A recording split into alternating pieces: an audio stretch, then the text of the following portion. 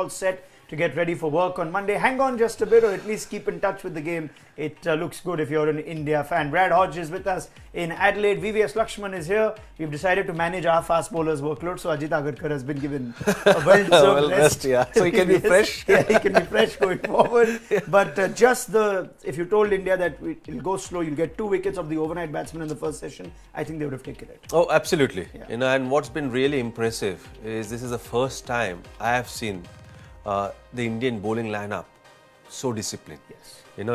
They did well in England, they did well in South Africa, but that were in helpful conditions where there was a lot of lateral movement, there was swing on offer, and there were a lot of wickets taken by all the bowlers. But this was a flat wicket, this was a slow wicket. There was no swing on offer, there was no lateral movement on offer, but the amount of deliveries they bowled with discipline, not allowing the batsmen to free their arms, not giving away gifted runs on the leg side, and that really is impressive. And going forward, I think this discipline will help India to win the series and put pressure on the Australians, because the free-flowing nature of the Australians is being curbed. We talked a lot about Australians not showing intent, but there were not many deliveries where they could have capitalized on. And whenever there were a couple of deliveries from Shami which were down the legs, they got boundaries. So I think brilliant discipline effort, but the work is not yet over. If you're an Australian fan, you would have just felt 137 runs more to get. One established batsman, either of Shaun Marsh or Travis Head, who knows, we could have won this game. So I think India will be very pleased to get rid of the 2 overnight batsmen who were set and who were batting well, but great discipline effort from the Indian bowlers. Yes, Haji, and I think that was the general sense, even from what I was hearing from the Aussie commentators while that first session was on. Just when Shaun Marsh was starting to look a little more fluid, gets a good one. It sort of sums up this test match, right? Even when Australia have just considered getting a step in front, India's bowlers in particular have found a way to just peck back. Yeah, they've been outstanding. They've just continued to plug away and put the Australian batsmen under pressure. And I think the critical, 2 dismissals were that of Travis Head and Shaun Marsh, because they were probably the established batsmen that could have taken us close to this total. There's still a glimmer of hope. Tim Paine's come out with some aggression. He's been a little bit lucky, but he's going to have to score 100 for us to win this test match. Now let's speak of those 2 wickets and of Travis Head in particular. Now, we've spoken of how this test match has been about unforced errors and gifts by batsmen. When that's not happened, full credit to the bowlers. Ishant Sharma on this occasion, surprising Head, who looked quite comfortable up until and the way he set it up, yeah. And that's really good to see. This is a different Ishant Sharma we've seen since the England series. Yes. There is a game plan and there is a method to the way he's picking up wickets. The way he set it up was angling the ball away from Travis Head, and then when Travis Head was not expecting and he was more looking to come on the front foot and cover the swing and leave the ball outside the off stump, he comes and bowls that accurate bouncer. Again, when you bowl bouncer, you almost try to hit the badge of the helmet, which is exactly what Travis Head found out. And he was surprised, because he's someone growing in Australia on those conditions where your very strong square of the wicket, pull shot and square cut becomes your favorite shots. But he was surprised with that delivery from Ishant Sharma. So it's great execution and great setup by Ishant Sharma. And I think when you bowl with discipline, when you bowl in discipline, there will be always the doubt in the batsman's mind, and you don't know what to expect. And this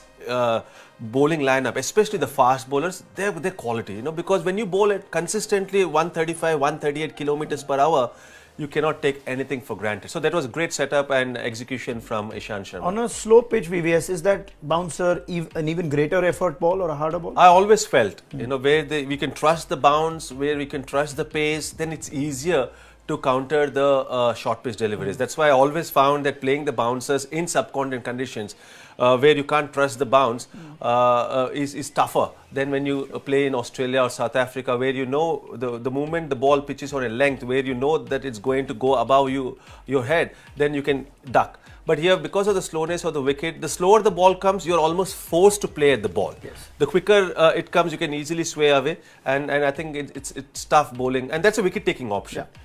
For the fast bowlers. It's only 3 wickets in the match for Ishant Sharma, Haji, but coming into this series, he was another one of the, I wouldn't say targets, but certainly someone the Australian media was building up as they were showing us the numbers, and they were true for whatever it's worth, that in these 3 tours, Ishant Sharma has the worst average amongst any bowler who's ever gone there.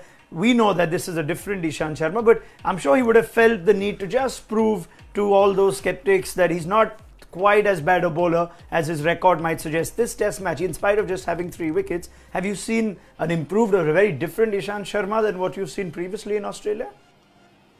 Well, completely different actually. I mean, he's been outstanding. There was a good sharp bouncer that got Travis Head out, caught him by surprise. And I'll tell you what Ishant Sharma will be doing, and the rest of the Indian attack. They'll be licking their lips when they get over to Perth this time.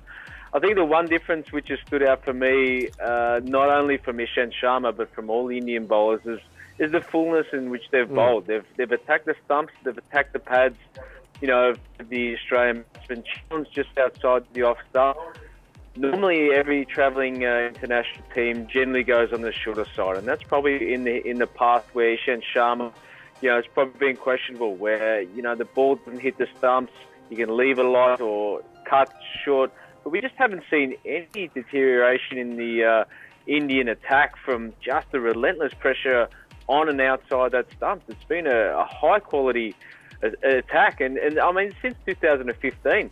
Only South Africa have had the more consistent, better attack, pace bowling attack, and India's second. So it says a lot for this bowling unit. And that's strong words from Haji, and given that this is only a 4-man attack. Yeah, and also the workload has been managed. Yes. When you've got 4 quality bowlers, you can rotate. And 3 fast bowlers are fit. Shemi not maybe as fit as Ishant and Jasprit Bumrah, but I think Virat has been brilliant in using them and rotating them quite effectively. But I think for any youngster watching Ishant Sharma, he's been playing more than 85 test matches. Now he's been around since a long time. I think 2006-07 was when he made his international debut. The importance of technique, the importance of wrist position. And he's been trying to get his wrist upright for a long time. But what you've seen is over a period of time, he's worked hard and it's come right probably 12 months, 16 months back. And since then, if you see the amount of wicket he's taking, is much more than what he has done in the previous 8 to 9 years. And that shows that when your wrist is upright, the majority of the balls lands on the seam, and also it lands in front. More fuller balls gives you more opportunity to pick up wickets, because when the ball is short of good length or good length, then it looks good. You feel that the batsman is beaten, but you're not effective. The only way you can be effective and impactful is when you pick up wickets. So I think he's given himself more opportunity now. I mean, I'm not surprised that he's getting more wickets and troubling the batsman a lot more than what he used to do before, because just change in his wrist position, getting it more upright. And correct me if I'm wrong, you never associated Ishant as the guy to bowl a snorter of a bouncer to get his wickets. He awkward height and sorts, but barring that Lord's Test where he bounced England out, which was a different type of short ball style of bowling. Bumrah and Shami expect they could surprise a batsman. Ishant, you didn't quite expect that. It would have been a very personally satisfying wicket for Ishant. Very satisfying for Ishant. But again, when you're bowling consistently short of good length or short pitch deliveries, as a batsman you're not surprised. A batsman is surprised with the short pitch delivery when majority of the deliveries are pitched up, and then suddenly you get a short pitch delivery, then you're surprised. Whereas with Ishant Sharma, not many batsmen the world over were looking to play on the front foot. They were always hanging on the crease or looking to play on the back foot, and that's why even though he used to bowl short pitch deliveries, it didn't have that effectiveness like what it's happening now. So I think it's great and well directed short pitch delivery. And that's so important. When you bowl the short pitch delivery, it's very important to the direction of that delivery is very important. Haji makes a very good point of how the bowlers have just been relentless. 165 balls, I don't think Shaun Marsh was in any trouble or played a false shot. And then Bumrah with an oldish ball gets just perfectly that angle to go away. As a left-hand batsman, you've got to play at that top ball, even with an old ball. Absolutely, and that's the advantage of having pace. Yes. When someone is 125, 130, those same balls the batsman can adjust. I still remember Praveen Kumar, one of the most skillful bowlers I have seen, and this was in 2011 England series. Me and Rahul were in the slips, and there were so many times the English batsman used to get beaten in the air, but because he was slow, they could adjust. But when you're bowling consistently near 140 kilometers, you don't have a chance to adjust or come back into that shot. And that's why I think while the discipline has been really good, if you see the pace, it's never ever dropped. And that's also shows that the Indian pacemen are fit. And with fitness, you don't get exhausted. He's backed up 20 overs with another 15. And that's so important. When you're playing with 4 bowlers, and that's what Virat, I remember telling before the start of this test match, that the Indian fast bowlers are much more fit compared to 2014 series, and that's so important, because if you're not fit, then the third spell, the fourth spell, or the longer you bowl in the test match, you can lose your effectiveness, you can lose your impact, which you can create when you're fresh. So I think it boils down to fitness, it boils down to strength and core strength. Let's just have a quick look at a fan question that's come for Jasprit Bumrah, and I'll also get Brad Hodges' assessment on Bumrah, who's playing his first test in Australia. Remember, so this is a new experience in itself for Jasprit Bumrah, bowling with the red kookaburra ball in Australia for the first time, and he's only 7 test matches old. But let me just go to Haji, and one thing we've seen of subcontinent fast bowlers, Haji, is they take a little time to figure out exactly what the right length is. Bumrah is such a prolific white ball bowler, but it didn't take him long to get it right in South Africa, get it right in England, vary things around with a different ball and whatnot. In just in 2 innings, he seems to have picked up exactly what he needs to bowl in Australia as well.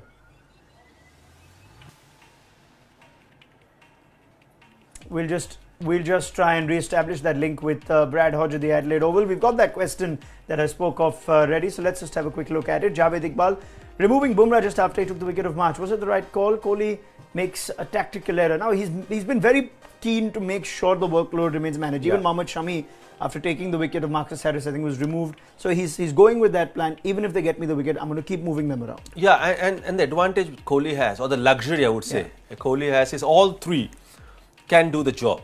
So in the past, if there are only 2 out of the 3 who can do the job, then those 2 bowlers are over bowled. Whereas now he's got the quality in Ishant, Shami and in Bumrah. So he can rotate, and he has got the faith and the trust that all the 3 can do the job. There's no release bowlers. There's no release bowlers, and that's the difference. In the past, if you get early wickets, then there is a release bowler in the 3rd bowler or the 4th option. Whereas now Ashwin is doing a very good job, because in the past Ashwin also has conceded a lot of runs, whereas he's doing the holding up job from one end. And all the 3 fast bowlers are wicket-taking bowlers. They're just not coming here, coming and bowling to save runs or stop the run flow. They're coming with each and every over they're bowling. They're coming with a purpose of picking up wickets. I can imagine when you played the great Australian attacks or the South African attacks, and you just felt, God, when am I going to get a bowler who I can just, my eyes would light up. And that's a different challenge altogether, isn't it? When you've got 3 or 4 guys, even if they're coming back after a fresh spell, you're not going to get anything. And that's the difference between playing against quality sides and an average sides. Because when you're playing against quality sides, like what Australia was when in my generation, I think you had to really work hard to score runs, because there were no easy runs on offer. Because one after other bowler used to come and bowl wicket-taking deliveries. It's not only about not giving runs or defensive approach. They will always bowl those wicket-taking deliveries. So you have to be at your best to score against them. I think that's the quality in this Indian lineup. And I'm not surprised, because when you talk about those Australian bowlers, they were supremely fit. And this Indian team bowlers are also supremely fit. So I think once you're fit, your 3rd, 4th spell, or when you're fielding on this long, the big grounds, where your legs can get tired, when you're chasing the ball at fine leg or deep square leg or mid-on, where, in India when you're playing, there are not many 3 runs which you are taken, either it's 2 runs or it's a boundary. Whereas when you're playing in Australia, the big field, the soft outfields, you have to be strong, especially your lower body, so that you can always come back and go through the 90 overs. So I think fitness is the key as far as this bowling group is concerned. Now these 4 bowlers, just continuing our conversation around just how effective they've been. Australia had 4 out of 6 left-handers in their top order, remember, and what we've seen is that in this match you'll have a couple of bowlers that have been particularly good against the right-handers. That's Ishant Sharma and Bumrah, and against the left-hand, well, Bumrah's been very good against the lefties too, but on the other side, Mohammad Shami and Ashwin have been excellent against the